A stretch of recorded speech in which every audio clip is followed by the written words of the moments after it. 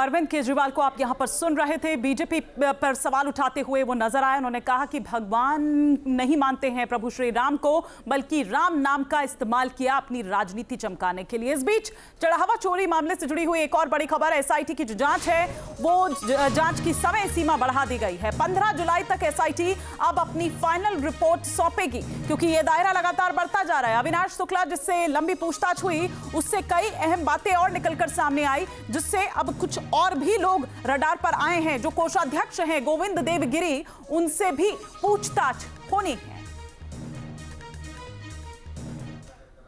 राम मंदिर चढ़ावा चोरी से जुड़े केस की जांच तेजी से आगे बढ़ रही है। जांच टीम को जेल में बंद आरोपियों से पूछताछ के दौरान कई अहम सुराग मिले हैं। सूत्रों के मुताबिक चोरी के तरीके और रुपयों को छुपाने से जुड़े सवालों पर आरोपियों ने बड़े खुलासे किए हैं।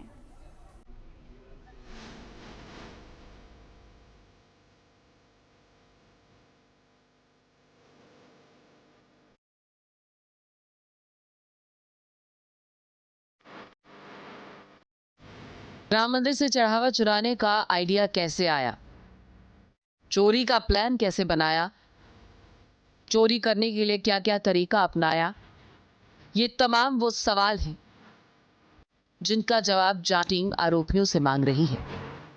इस मामले की जांच जैसे जैसे आगे बढ़ रही है, वैसे वैसे नए खुलासे हो रहे हैं।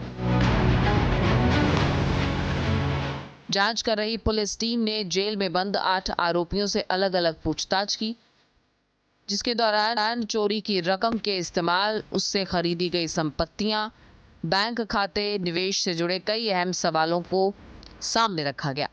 आरोपियों के बयानों का दस्तावेजों और डिजिटल साक्ष्यों से मिलान किया जा रहा है। कोर्ट से परमिशन मिलने के बाद जेल में बंद आरोपियों से करीब 2 घंटे तक अलग अलग पूछताछ की गई है। सूत्रों के मुताबिक आरोपियों ने चोरी के तरीके, रकम के इस्तेमाल और गिनती की प्रक्रिया से जुड़े कई अहम दावे किए हैं।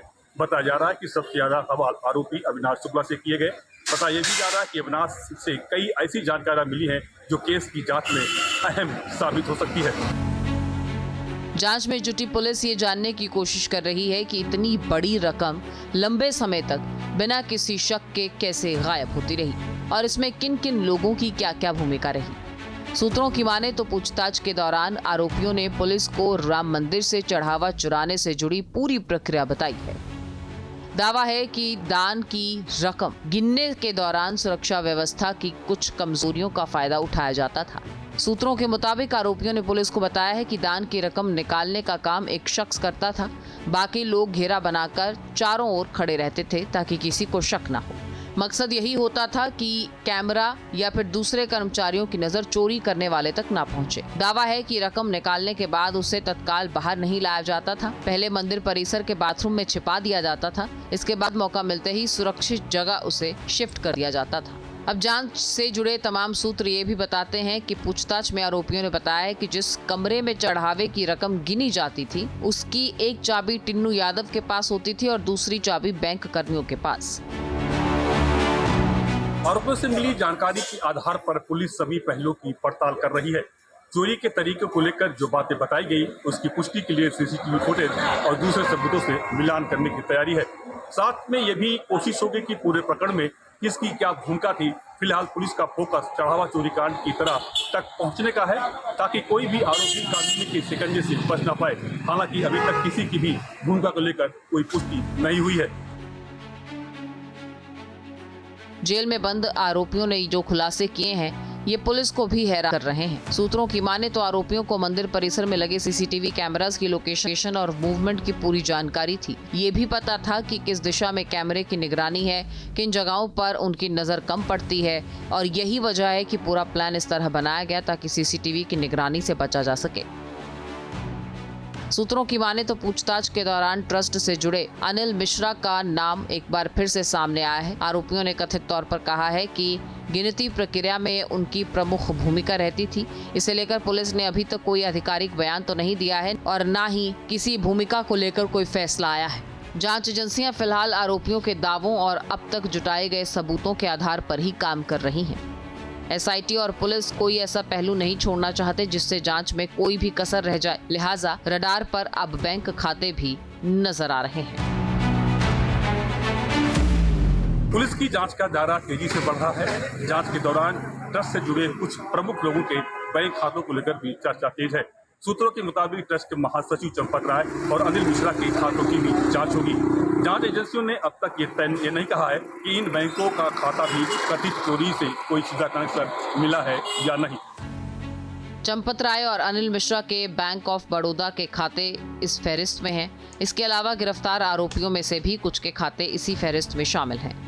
पुलिस ने अविनाश शुक्ला, मनीष यादव, सुप्रिया मिश्रा इन तमाम खातों की डिटेल बैंक से मांगी है। बैंक ने जवाब में बताया कि अविनाश शुक्ला और मनीष यादव के नाम से खाते हैं, जबकि सुप्रिया मिश्रा के नाम से इस शाखा में कोई खाता नहीं मिला। मनीष यादव के खाते में करीब 1400 रुपए हैं और पिछले कुछ महीनों में कोई भी लेन देन नहीं हुआ है। इसके बाद पुलिस अब दूसरे बैंक्स और लेन देन का रिकॉर्ड जांच रही है ताकि सच्चाई का पता लगाया जा सके। बहरहाल चढ़ावा चोरी मामले में ट्रस्ट के कोषाध्यक्ष गोविंद देवगिरी महाराज से भी पूछताछ की तैयारी है। उनकी चुप्पी पर भी कई सवाल हैं। और जो हेड है वो बोल ही नहीं रहा है। हेड जानते कौन है? हेड हमारे कोषाध्यक्ष हैं गोविंद गिरी जी, कोष के अध्यक्ष हैं, रुपए पैसे के मालिक ही तो हैं। ये रुपए पैसे के हिसाब किताब क्यों नहीं ले रहे हैं कोषाध्यक्ष जी? भाई रुपए पैसे का मालिक तो ट्रेजरर होता है। इसको ये भी नहीं पता है कि डीपीआर किसे कहते हैं, वीपीआर किसे कहते हैं, पीआर किसे कहते हैं। इसको ये भी नहीं पता है। पैसा लूट रहे हैं, जेब में डाल रहे हैं। तो जांच तेजी से चल रही है, तमाम कड़ियां जोड़ी जा रही हैं। आरोपियों से मिली जानकारी के आधार पर ही आगे का प्लान किया जा रहा है और उम्मीद है कि जल्द ही दूध का दूध और पानी का पानी हो जाएगा। Team news nation. इसी पर और विस्तार से बातचीत करते हैं। हमारे दो सहयोगी इस वक्त हमारे साथ जुड़ चुके हैं। अयोध्या से केबी शुक्ला इस वक्त हमारे साथ जुड़ चुके हैं, साथ ही साथ अविनाश सिंह भी हमारे साथ जुड़ चुके हैं। केबी, लेकिन आपसे सबसे पहले मैं यहां पर जानना चाहूंगी कि ये जो बक्सा मिला है और ये बक्सा जो योग केंद्र में, क्या इसका कनेक्शन हम यहां पर देखें? इसमें राम राज्य वो QR कोड जो है वो यहां पर दिखाई देता है। इस बक्से का योग केंद्र पे क्या काम? और जो राशि मिली थी, जो बरामद की गई, वो भी योग केंद्र में ही मिली थी। क्या है ये? देखिए, आपको स्पष्ट कर दें कि ये जो बॉक्स मिला है जिस पर QR स्कैन है और रामराज्य लिखा हुआ है, तो ये जो वहाँ योगाचार्य हैं सीमा तिवारी ने मुझसे बताया कि ये अविनाश से कोई लेना देना नहीं है। संस्था का एक अभियान चला था, उसके तहत ये रखा गया था और हम लोग दान ले रहे थे, ऑनलाइन दान भी लेते और कैश दान भी ले रहे थे। तो कुल मिला के जिस तरह देखा जा रहा है कि ये QR स्कैन जो अभी इनएक्टिव हो गया है, एक्टिव नहीं है। दूसरा, अब एक टेक्निक बता देते आपको, तकनीक बता देते जो जांच की है कि पुलिस ने जब यहाँ पर छापा मारा था, अविनाश को पकड़ के ले गई थी, कैश बरामद हुआ था, लेकिन इस बॉक्स को नहीं ले गई। इसका मतलब ये मुकदमे का पार्ट नहीं है। अगर ये मुकदमे का पार्ट होता तो पुलिस इस बॉक्स को ले जाती, क्योंकि योगाचार्य बता चुके हैं कि इसका लेना नहीं है, क्योंकि 1.5 साल पहले आया था, ये यहाँ रह रहा था। इसका भाई अभिषेक शुक्ला ये 10 साल पहले आया था, बाद में अपने छोटे भाई को ले आया। ये अंतर्मुखी था, किसी से बात नहीं करता था। तो कुल मिला के जो बॉक्स की बात हो रही है, योगाचार्य जो है बता चुकी है कि उसका कोई लेना देना नहीं है। हमारी संस्था का एक अभियान चल रहा था, उस अभियान के तहत हम लोग दान ले रहे थे। वो दान कैश भी था और ऑनलाइन भी था, और ये अकाउंट अब इनएक्टिव हो चुका है। अविनाश शुक्ला के कमरे से मिला है और अविनाश शुक्ला जो कि ये कबूल करता हुआ नजर आया है कि हाँ चोरी हुई है। मिली भगत सबकी किस तरह से है ये भी, और अभी तो कई और खुलासे होंगे। अविनाश सिंह हमारे सहयोगी इस वक्त हमारे साथ जुड़े हुए हैं। लेकिन अविनाश, आप देखिए कि संत समाज भी आपस में किस तरह से बटा हुआ है। दो फाड़ यहाँ पर उनमें भी नजर आ रहे हैं। गोविंद देवगिरी की जो भूमिका है उसको लेकर भी तरह तरह की बातें जो है यहाँ पर की जा रही है। हालांकि वो तो पहले शख्स होने चाहिए थे जिनसे पूछताछ होनी चाहिए थी। कोषाध्यक्ष हैं भाई वो।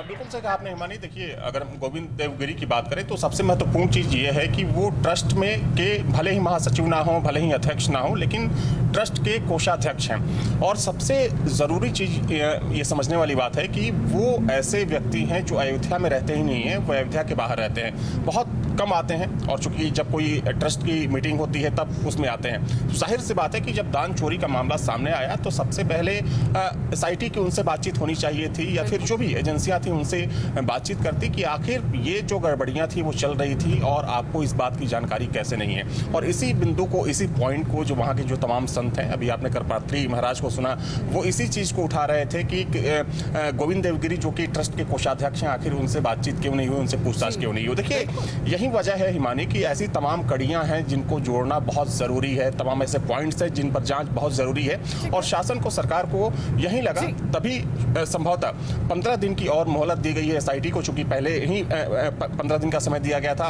हालांकि उस 15 दिन में एसआईटी ने अपनी जो प्राइमरी जांच रिपोर्ट थी वो तो सौंप दी थी, लेकिन जो फाइनल जांच रिपोर्ट है, चूंकि सरकार के साथ साथ पूरा देश उस फाइनल जांच रिपोर्ट का इंतजार कर रहा है, क्योंकि उस जांच रिपोर्ट के आने के बाद और यही कारण है कि ये 15 दिन और बढ़ाए गए हैं। लेकिन क्या इन 15 दिनों में कुछ और बड़े नाम भी यहाँ पर सामने आएंगे? क्या कुछ और भी रडार में है यहाँ पर एसआईटी की? ये देखने वाली यहाँ पर बात होगी। और जहां तक गोविंद देव गिरी जी का सवाल है तो उनके तो उस एमओयू पर दस्तखत भी हैं। बहुत शुक्रिया अविनाश सिंह और केबी शुक्ला इस तमाम जानकारी के लिए आपका। आपके मोबाइल पर तुरंत आएगी ब्रेकिंग न्यूज, स्क्रीन पर सबसे पहले दिखेगी बड़ी खबर, देश दुनिया की हर खबर एक जगह। अब आपके मोबाइल पर तुरंत फटाफट इंस्टॉल कीजिए न्यूज नेशन ऐप और रखिए खुद को अपडेट।